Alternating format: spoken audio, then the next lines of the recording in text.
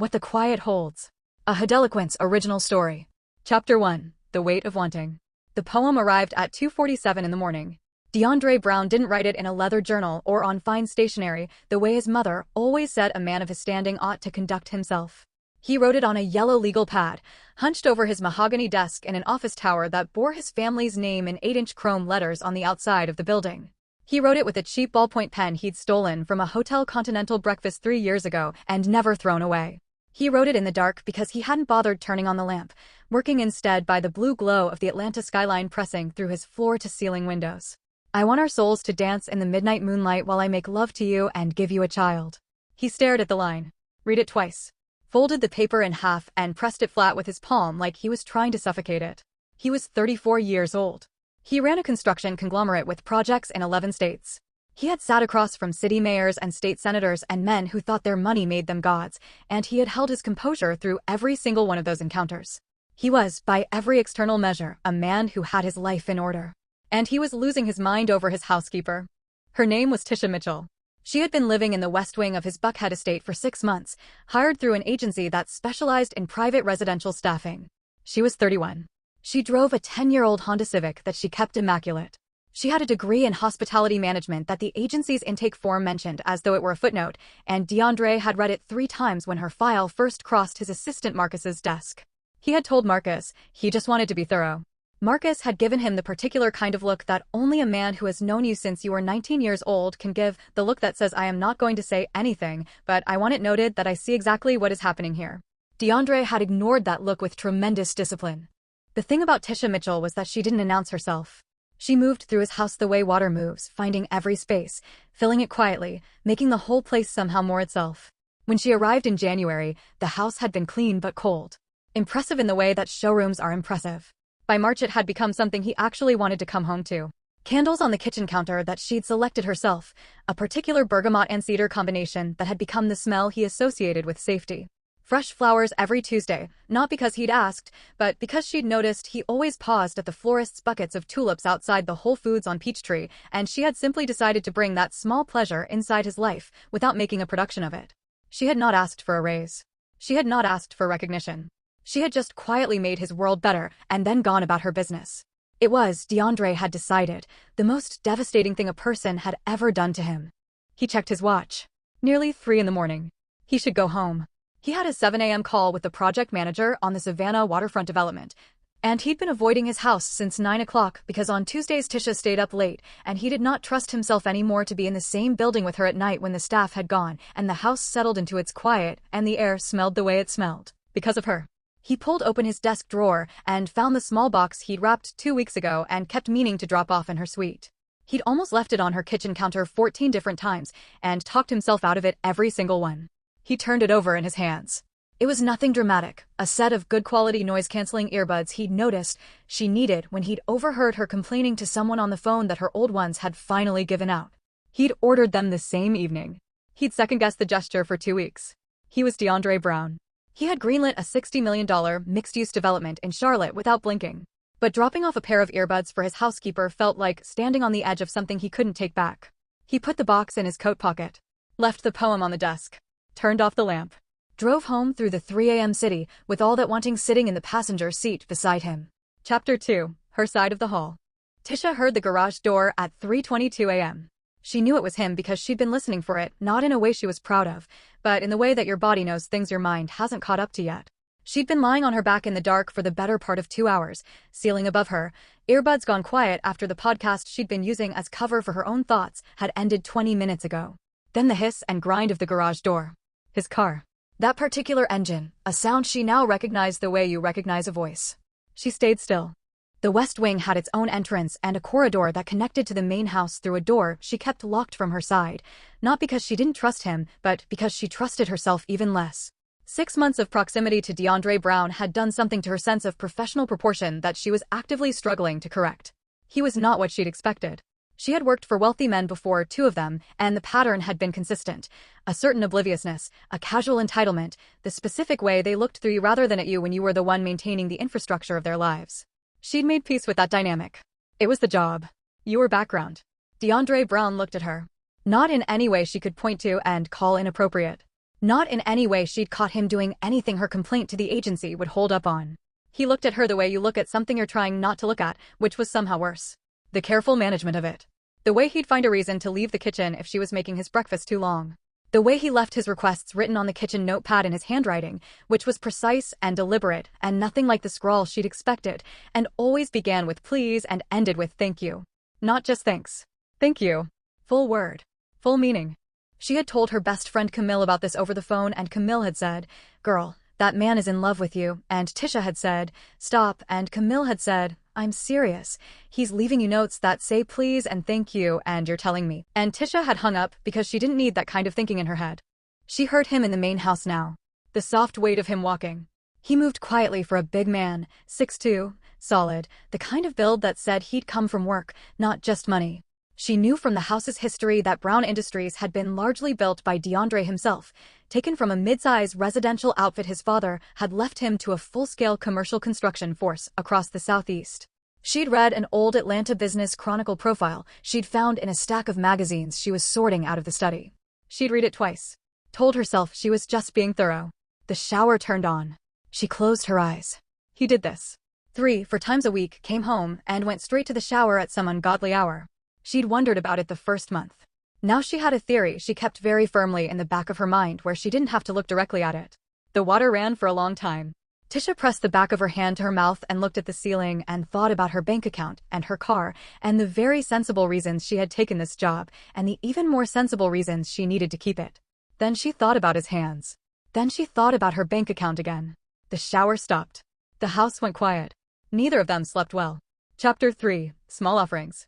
She found the earbuds on a Wednesday. They were sitting on the kitchen island in a small box wrapped in dark green paper, not gift-wrapped with ribbons or bows, but folded cleanly at the corners the way someone wraps a thing when they want it to look considered without looking performed. There was a note card tucked beneath the box. Not a sticky note. An actual note card. Cream-colored, small, his handwriting in ink. "Overheard you mention yours gave out. These are good ones. D." Tisha set down the grocery bags she was carrying and stood at the island and stared at it for a long moment. Her first instinct was to return them. Her second instinct was to call Camille. Her third instinct, the one she actually acted on, was to open the box and take them out and turn them over in her hands and feel the weight of them. Good earbuds, she could tell immediately. The kind she'd been telling herself she'd buy once the Honda needed less of her attention, and then she sat down on one of the kitchen stools and put them in and played the first song that came up on her phone. She listened to the whole thing before she moved. She didn't mention them when he came home that evening. She wore them while she was organizing the mudroom, cables looped around her neck during the stretch when she had to speak to him about the dry cleaning she'd picked up. He glanced at them and looked back at his phone and said nothing. But she caught the corner of something, some small, quick thing that moved across his expression and was gone before she could name it. "How's the mudroom coming?" he asked. He was leaning against the kitchen doorframe, jacket off, tie loosened. She had an absolute rule about not looking at that tie. Where it fell, what it did to the line of his collar. She focused on the dry cleaning bag in her hands. "Should be done tonight," she said. "I found some storage solutions that'll make more sense of the seasonal stuff. I can show you if you want, or I can just handle it." "I trust you." He said it simply, no particular weight on it. She did not say anything in response because there was nothing safe to say. He pushed off the doorframe and headed toward the stairs. "There's leftover tie in the fridge," he said, not looking back. "I ordered too much on purpose."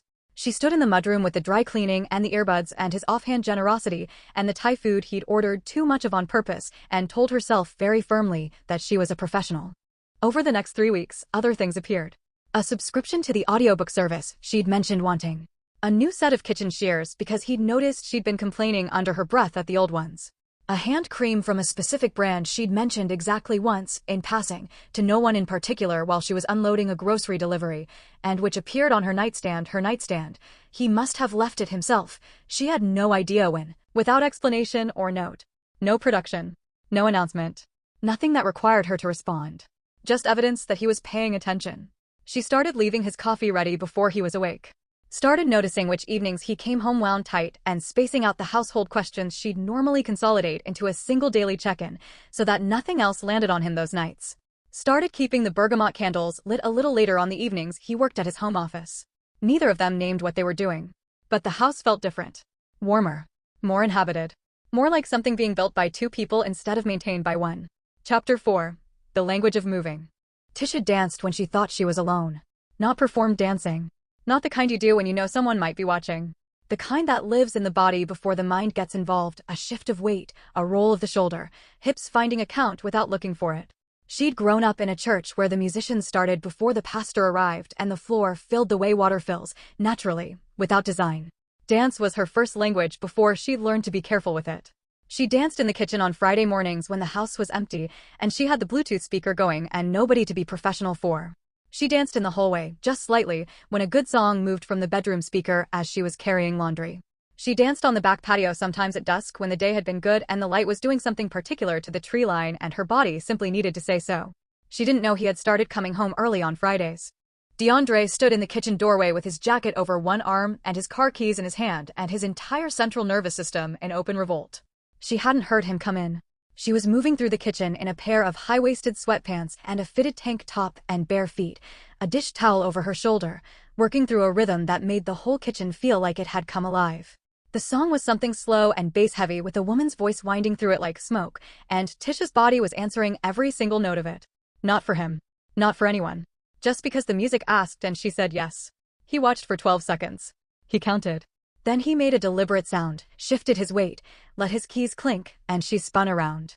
For a half second the whole room was just that, her surprise, his expression he hadn't fully controlled, the music still going between them like a third presence. Mr. Brown. She reached for the Bluetooth speaker and turned the volume down. Not off. Just down. He noticed that. DeAndre, he said. He'd said it before. She kept not using it. He kept offering it anyway. She tilted her head the fraction she did when she was deciding something. You're home early. Yeah. He set his jacket over the back of a stool. Bought himself a moment. Cleared my afternoon. Thought I might work from here. She nodded. Began wiping down the counter she had already wiped down. I was just finishing up in here, she said. I'll be out of your way. You're not in my way. The words came out too steady. Too sure. She felt them land. Her hand slowed on the counter. She didn't look at him, but he could see the line of her jaw, the way she was working at composure, and something in his chest turned over like an engine catching. Tisha. She looked up. His jaw was tight. His eyes were direct. He was working at composure too. She could see it, and the fact that she could see it, that she knew his face well enough to read what was underneath it, did something to the temperature of the room. He opened his mouth. His phone went off, the ringtone he used for his mother, distinct and, in this moment, absolutely unwelcome. He looked down at it. Something crossed his face that was not quite frustration and not quite resignation. I need to take this, he said. Of course.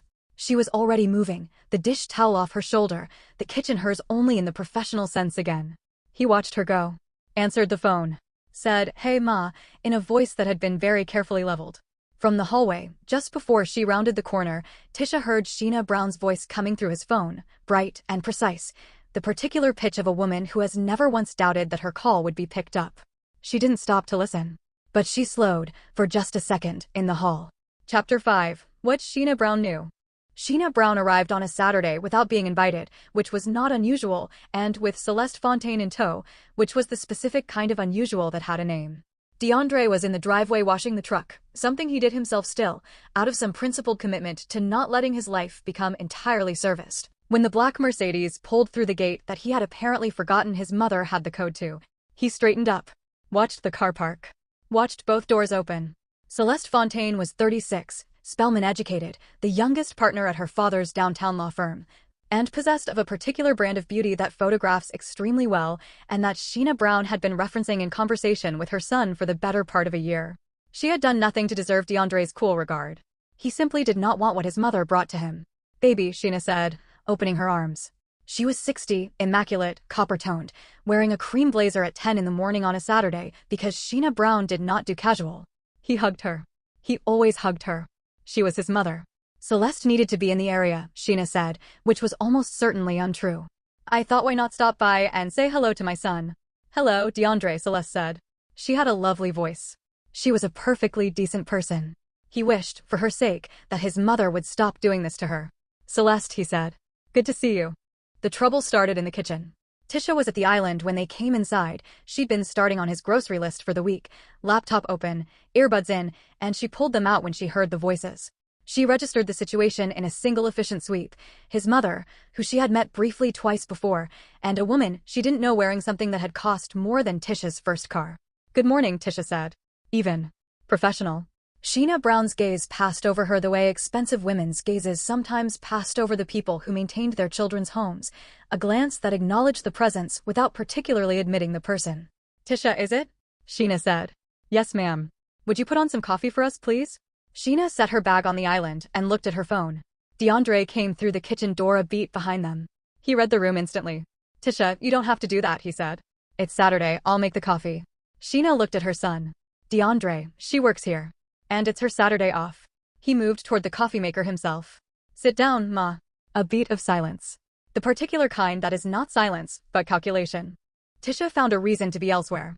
She was good at that, extracting herself cleanly, leaving rooms before they needed to be left. She'd learned it in this house and in others. The way you disappeared to give a family their privacy and called it professionalism. But she heard it, walking down the hall. His mother's voice, lowered but not enough. "That girl has been here 6 months, DeAndre." And his voice, even. "Her name is Tisha." A pause. Then, "I'm just saying. Celeste has been asking about you." Silence. The coffee machine starting. Then his voice again, quieter, in a register Tisha hadn't heard before.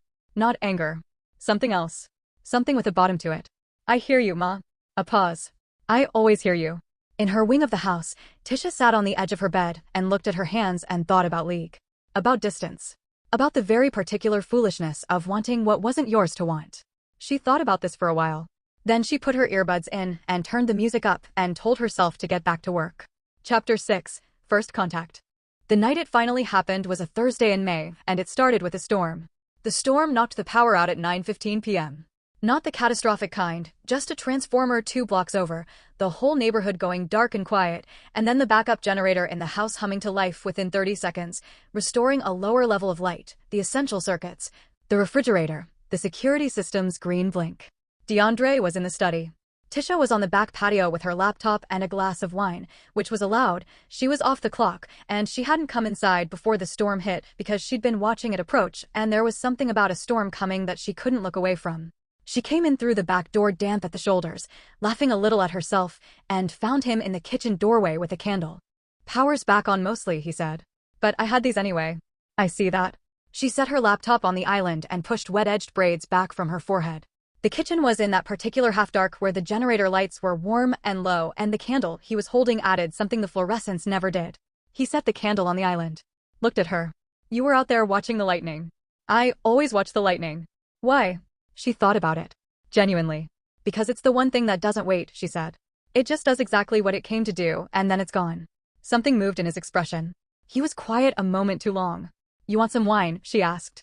It came out before she filtered it. He looked at her for a long beat. Then, "Yeah, I do." They sat at the kitchen island. Her wine, his bourbon. The storm working through outside.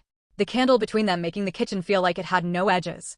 She asked him about the Savannah development, and he talked about it in a way he clearly didn't get to do often, the details of it, the specific problems, the thing he was trying to build that would matter to that waterfront in 20 years. She listened the way she listened to things she cared about, which was fully, her body angled toward the subject, and he noticed, and it made him say more than he usually said. She talked about the job she'd had before this one, in New Orleans, a family she'd loved working for until a divorce had rearranged everything and the position had evaporated. She talked about hospitality management school and the way she'd thought her life would go and the way it had gone instead, and she said it without self-pity, as a set of facts, which he found more affecting than sympathy would have been. "You like it here?" he asked. "The work, I mean." She turned her wine glass slowly. "I like this house," she said carefully. "I like what it's become." What it's become. It was cold when I got here. Like a hotel lobby. Nice, but unused. And now? She looked up. "Now it feels like someone lives here." He held her gaze. "Someone," he said. She felt the word in her sternum. The song started from her phone. She'd left it playing earlier, a slow playlist still running. And the song that came on now was the kind that has no business being played in a small lit kitchen during a storm with a man who has been looking at you for 6 months the way DeAndre Brown had been looking at her. She reached for her phone to skip it. "Don't," he said. Her hand stopped on the phone. "Dance with me," he said. She looked at him for a moment that lasted. "DeAndre." "Just once," he said. "Right here." She stood up. Moved to the center of the kitchen floor. Turned to face him. He came to her slowly, the way you approach something you have been waiting for. His hand found her waist. Her hand found his shoulder. They fit in the way that things fit when they have already been fitted by some earlier hand. They moved. The storm outside. The candle doing what candles do. Her mouth was close to his jaw. She could feel his pulse. Tisha, he said low. I know, she said. I need you to know that this isn't. He stopped himself. Started over. I'm not playing with you. I need that to be clear. She leaned back enough to see his face. Close enough that it required courage. I know, she said again. And softer, I know what this is. He kissed her forehead. Just that. His hand at the back of her neck, careful and complete. She pressed her face to his chest, and they stood in the middle of the kitchen while the storm moved through. Neither of them said anything else for a long time. Which was, she thought, perhaps the most honest conversation they'd had. Chapter 7. The first time. The first time she came to him. That was the fact of it, simple, clean, no ambiguity in the architecture of what happened. A Tuesday afternoon in late May, DeAndre working at his home office, door open, shirt untucked, the kind of afternoon that was too still and too warm. Tisha had knocked on the doorframe. He looked up. She said, "Do you want company?" He said nothing for a moment. Just looked at her. Looked at her the way he'd been doing for months, except now neither of them was pretending it was something else. "Yes," he said. She crossed the room and sat on the edge of his desk, and he turned his chair toward her, and for a moment they simply looked at each other in the daylight. No storm this time. No candle. Just the afternoon and the truth of what had been building between them. "You should know," she said, "that I have thought about this a great deal." "So have I. And that I don't want to make it complicated." He looked at her for a long time. "And if I want it to be complicated?" he asked. "The right kind of complicated?" She reached forward and took his tie, the one she had a rule about, and used it to draw him in. He came. She took her time. That was the other fact of it. She was not hurried, not apologetic, not performing. She kissed him with intention, and held his jaw with both hands and felt him go completely still the way a held breath goes still, and then felt him release, and the release of him was something she had not expected to feel so personally. Tisha. Her name in his mouth. Full weight. Like he was saying something he'd been saving. "I've got you," she said against his jaw.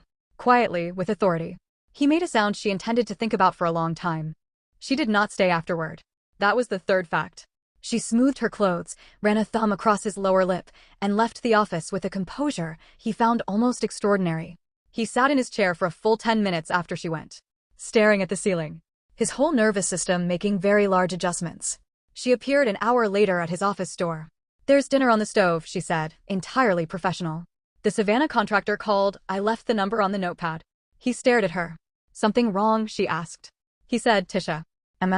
Are we going to talk about what just happened?" She tilted her head. One corner of her mouth. "I thought I was pretty clear," she said.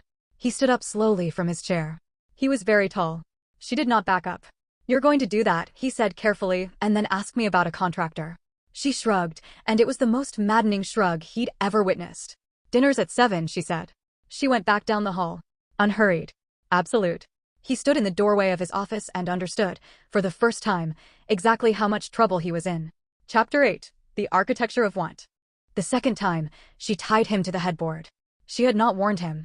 She had come to his bedroom door on a Friday night with a glass of wine and the loose authority she wore when she was off the clock and not performing anything for anyone, and she'd said, "I want to show you something." And he'd known from the particular quality of her voice that the show in question was not a renovation idea. He had said yes. He had said yes with a completeness that she'd felt in her own body. She used 2 silk scarves, his own, from the closet she maintained, which she found funny in a way she let him see. She took her time with the knots. She was deliberate. She was calm. She looked at him with an attention that stripped everything structural from the room, the expensive furniture, the Atlanta view, all of it, and left only the two of them and whatever this was. "You comfortable?" she asked. He tested the restraint with controlled tension. "Yes. Good." She smoothed her hands up his arms. "Because I need your full attention. Tisha." His voice had done something. Gone low and rough at the foundation. "I know." She leaned down close to his ear. "Stay present with me." What she understood about DeAndre Brown, what she had understood for months, watching him manage and contain and direct and control, carrying the weight of a company and a legacy and a mother who never stopped, was that he was exhausted by his own competence, by the perpetual requirement of being the one who handled things. She'd seen it in the set of his shoulders on bad days, in the way he occasionally sat in the kitchen very late when he thought no one was awake, just sitting, doing nothing, like a man waiting for permission to put something down. She gave him that permission. Not by removing the responsibility of him, she wasn't interested in diminishing him, but by requiring his full presence, right here, for her, in a way that made everything else fall away. He couldn't manage this. He couldn't direct it. He could only receive it. She watched him understand this. She watched the thing in him that was always braced begin, slowly, to unbrace. "There you are," she said softly. He closed his eyes. She took her time. Later, considerably later, she undid the knots. He lay with his forearms across his chest and looked at the ceiling with the expression of a man who had been somewhere and returned. Tisha. Not a question. Just her name. Like a fact he was confirming. She was lying beside him, head on her own arm, watching his profile. What are we doing, he said. Right now, lying here. You know what I mean. She was quiet for a moment. I'm figuring it out, she said. He turned his head to look at her. In the dark his eyes were very steady. Let me help you figure it out, he said. She looked at him for a long time. She wanted to say yes. The wanting of it was large enough to feel alarming. Give me time, she said. He searched her face. Then, okay. One word. Full weight. She believed him. She turned the light off and stayed, and that was its own kind of answer. Chapter 9. Sheena makes her move. Sheena Brown called on a Monday. She didn't call DeAndre. She called the estate's main line, which went to the house phone in the kitchen, which Tisha answered. Tisha, Sheena said. Her voice was cordial in the particular way a blade is cordial when it's still in its case. I was hoping we might have a conversation. Just us. Woman to woman. Tisha sat down on the kitchen stool. Of course, she said. They met the following Wednesday at a restaurant in Buckhead that Sheena had chosen, a place with white tablecloths and the kind of quiet that money buys. Tisha arrived in her best work blazer. She told herself it was armor. Sheena was already seated, dressed in charcoal gray. She ordered tea before Tisha sat down. You're perceptive, Sheena said, after the tea arrived. I can see that. My son doesn't surround himself with people who aren't. Thank you, Tisha said. Which means you already know why I asked to meet. She set down her cup. My son is a good man. He has always been guided by his feelings more than I would like. His father was the same way. Tisha said nothing. What he needs, Sheena continued, is a particular kind of partner. Someone with a line standing. Shared history with this community. Brown Industries is not just a company, it's a... Mrs. Brown. Tisha kept her voice even. Warm even. What are you asking me? Sheena opened her bag and removed an envelope. Placed it on the table, pushed it across. Tisha looked at it. Looked at Sheena. What is this? $40,000, Sheena said. That covers 6 months of wages above what he pays you, a moving deposit in any city you choose, and whatever you need to start fresh. The restaurant was very quiet. The sound of silverware somewhere distant. Tisha looked at the envelope for a long moment. She was very careful with her face. I see, she said.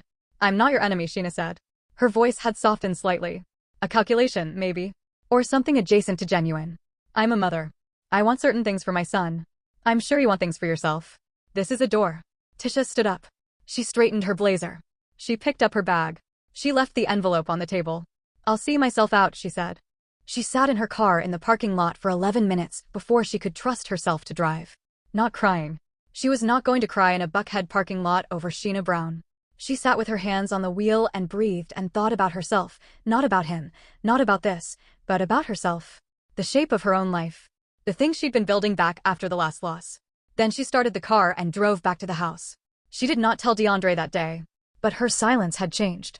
He noticed it that evening at dinner, the thing she was carrying, the quality of how carefully she was moving. Tisha, he said. What happened today? She looked at him. Decided. Your mother, she said, asked to meet with me. His face went still. When? Today. Lunch. What did she say? Tisha looked at her plate. She made me an offer, she said. To leave. She heard the chair scrape back. She looked up. He was standing. His jaw was tight in a way she had not seen before.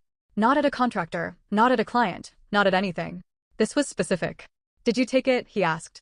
And then, before she could answer, softer, please tell me you didn't take it. No, she said. He closed his eyes briefly. When he opened them, something had shifted into place. I need to make a call, he said. And then I need to talk to you about something. She nodded. He took his phone and walked out to the back patio, and she heard, through the glass, the particular tone of a son who is done being managed. Chapter 10. The Reckoning with Sheena. You went to her. Not a question. Sheena was in her living room, the call having reached her on her second glass of Chardonnay. She recognized her son's voice in this register. She had heard it before, rarely, but memorably. I had a conversation. Ma. She stopped.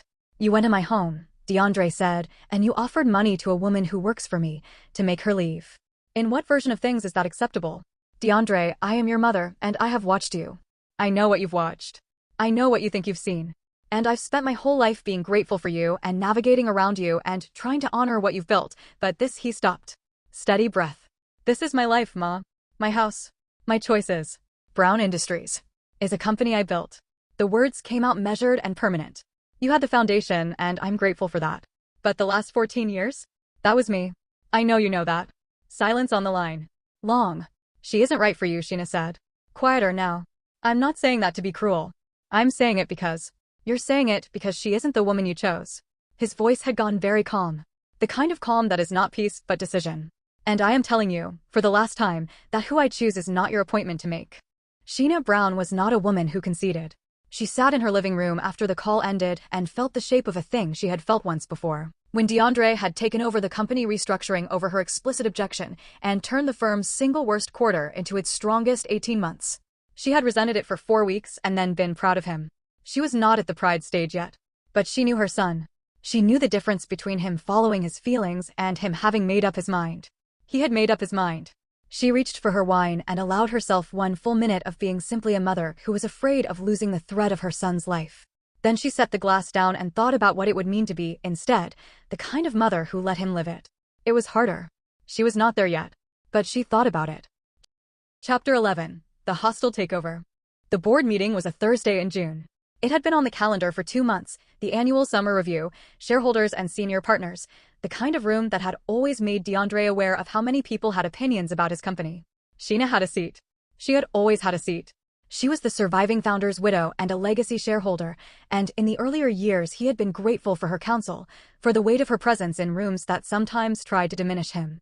In more recent years, the seat had become a different kind of weight. He arrived at the boardroom an hour before anyone else.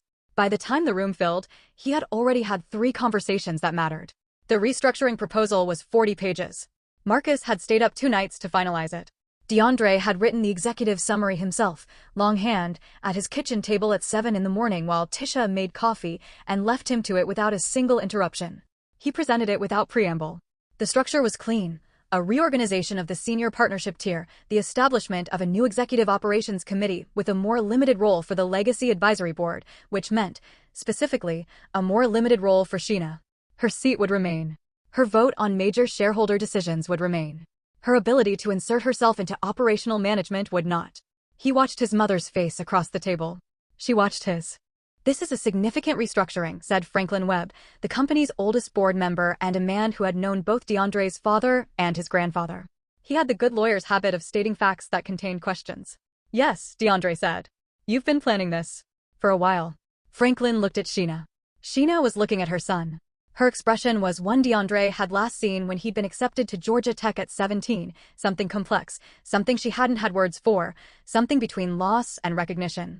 The numbers support it, Franklin said finally. They do, DeAndre agreed. The vote was taken. The motion passed. Sheena did not speak to him during the reception after. She stood near the window with coffee she didn't drink and was gracious to everyone who spoke to her, which was her gift. She was always gracious in public. He came to stand beside her. Ma.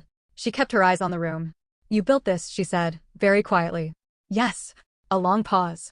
Your father would be proud of you. He felt the statement land in the center of him. He stayed quiet a moment. I know that, he said. I need you to be proud of me too. Even when I'm not choosing what you'd choose. She turned her coffee cup in her hands. Her profile. I'll work on that, she said. It was not a concession. It was not forgiveness. It was not the end of the tension between them. But it was something. He'd take it. Chapter 12. The third time. The third time, he came to her. Knocked on the door of the West Wing at 10 o'clock on a Saturday night. She opened it in her robe, braids down, book in her hand with a finger marking the page. She looked at him. He said, I don't want to be professional about this anymore. She looked at him for a long moment. The hall light was on behind him. He was very steady. Come in, she said.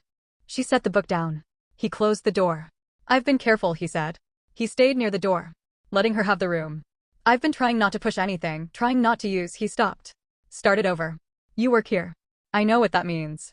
I know what it could look like. I know what it looks like, she said. I need you to know it's not that. That it's not ever been that. She looked at him clearly. DeAndre. She said his name the way he'd been asking her to say it for months, full, unprofessional, like it belonged to her. I know what this is. He breathed. But I need you to know something too, she said. She stepped closer. She held his face. I don't scare easy. But I scare when things aren't real. So before this goes any further, I need to know that you're not going to look at me differently in the morning. He covered her hands with his large, careful hands. Not in the morning, he said. Not in 6 months. Not when my mother is difficult. Not in front of a boardroom or a dinner table or anywhere. She searched his face. I meant what I said, he told her. I want our souls in this. All the way in. She kissed him first. Not quickly. The kind of kiss you give when you've made your decision and you're naming it. He held her like he'd been waiting to hold her properly. This time she stayed. This time, in the dark and the quiet of her wing of his house, it was not casual. It was not compartmentalized. He was present for every moment of it in a way she'd commanded, and in a way that was also simply him, finally, fully, unguardedly him. She took her time. He was allowed to go nowhere. He didn't want to. Sometime before 3 in the morning she lay on his chest, her braids spread across his shoulder, his thumb moving slowly along her wrist. The window was cracked. The city at a low hum. What are we going to call this? She asked. His chest moved with a breath that was almost a laugh. I know what I want to call it, he said. Tell me. Mine, he said simply. And yours. A beat. Ours. She was quiet for a long moment. Her hand on his sternum. His heartbeat. Ours, she said, trying it. How's that feel? She thought about it. Truthfully. Like something I don't have to run from, she said. He turned his head and pressed his mouth to her forehead and held it there. Good, he said. Don't mess it up, she said. He laughed, a real one, low and warm, filling the room. Yes, ma'am, he said. She smiled into his chest. Outside, the city kept moving. In the west wing of a Buckhead estate, a man who had built more than he'd ever been given credit for held the woman who had made his house a home, and for the first time in a long time, he was not managing anything. He was just there. Present. Completely. It was, he thought, the best thing he'd ever built. Epilogue, 6 months later. Tisha was not the housekeeper anymore. That title had become technically inaccurate sometime in August, when she'd moved the last box from the west wing into the master suite and DeAndre had stood in the doorway watching her and said, quietly, you don't have to go back, and she'd said, I know. And had not gone back. The agency had been notified. A new arrangement made. She had been, since then, simply the woman who lived there, which was its own title, requiring its own courage, not all of which came easy. Sheena Brown had called twice in those 6 months. Both calls had been, if not warm, civil. On the second call she had asked to have dinner, the 3 of them. Tisha had said she'd think about it. She was still thinking. DeAndre said whatever she decided, he was right behind her. She believed him. On a Wednesday evening in November, they were in the kitchen, her at the island with a glass of wine and the slow playlist, him leaning against the counter eating directly from the pot she'd told him not to. The 2 of them in that particular domestic ease that she'd spent 6 months not allowing herself to want. What are you thinking? He asked. She turned her wine glass. The candle she'd lit was doing what candles do. I'm thinking, she said, about what you said. A long time ago. About souls and moonlight, and she stopped. Looked at him. Something soft in her face. Where did that come from? He put down the spoon. Came around the island. Stood close. I've been writing things down for a long time, he said. Things I couldn't say yet. Can I read them? He looked at her at the face that had been driving him to cold showers and bad poetry and the best sleep of his life. Yeah, he said. You can read all of it. She reached up and took his tie. Drew him in. He came. He always came. Outside, Atlanta was doing what Atlanta does, loud and bright and always building. Inside, the kitchen smelled like bergamot and cedar and whatever was on the stove, and the music was going, and Tisha Mitchell was right where she'd finally decided she was allowed to be. Home. The end.